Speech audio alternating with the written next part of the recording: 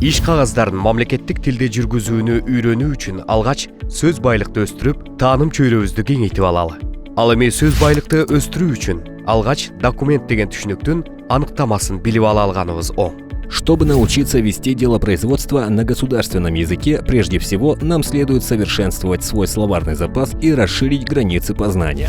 Начнем развитие своего словарного запаса с определения понятия «документ». Биринчи сабак. Документ түшүнүгү менен таанышабыз. Латын тилиндеги документум жана немец тилиндеги документ деген сөздөр кыргыз тилинде үлгү, күбө-кат, далил деген маанилерди туюндурат. Латын тилиндеги документум сөзү дочере, же окутуу, үйрөтүү деген этиш сөздөрүнөн алынган.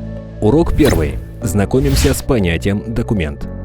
Латинское слово «документум» и немецкое слово «документ» в русском языке означают образец, свидетельство, доказательство.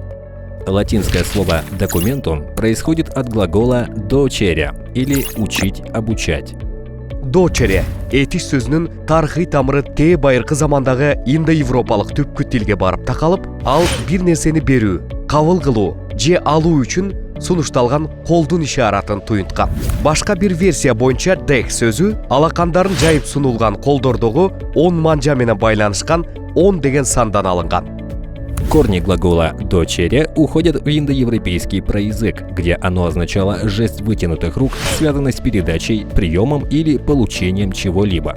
По другой версии, слово «дек» происходит от числа 10 и связано с тем, что на раскрытых ладонях вытянутых рук насчитывалось 10 пальцев.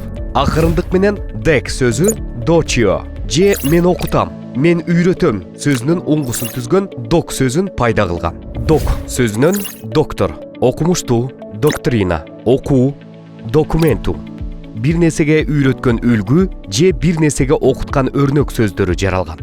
Постепенно корень «дек» был заменен на «док» в слове «дочио» или «я учу», «я обучаю». От слова «док» были образованы слова «доктор», «ученый», «доктрина», «учение», «документум», то, что учит, поучительный пример.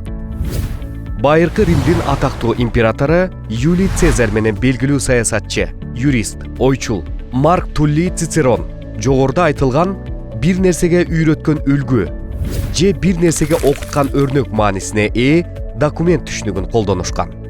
В значении «то, что учит», поучительный пример, слово «документ» использовалось великим императором Древнего Рима Юлием Цезарем и древнеримским политиком, юристом, мыслителем Марком Туллием Цицероном.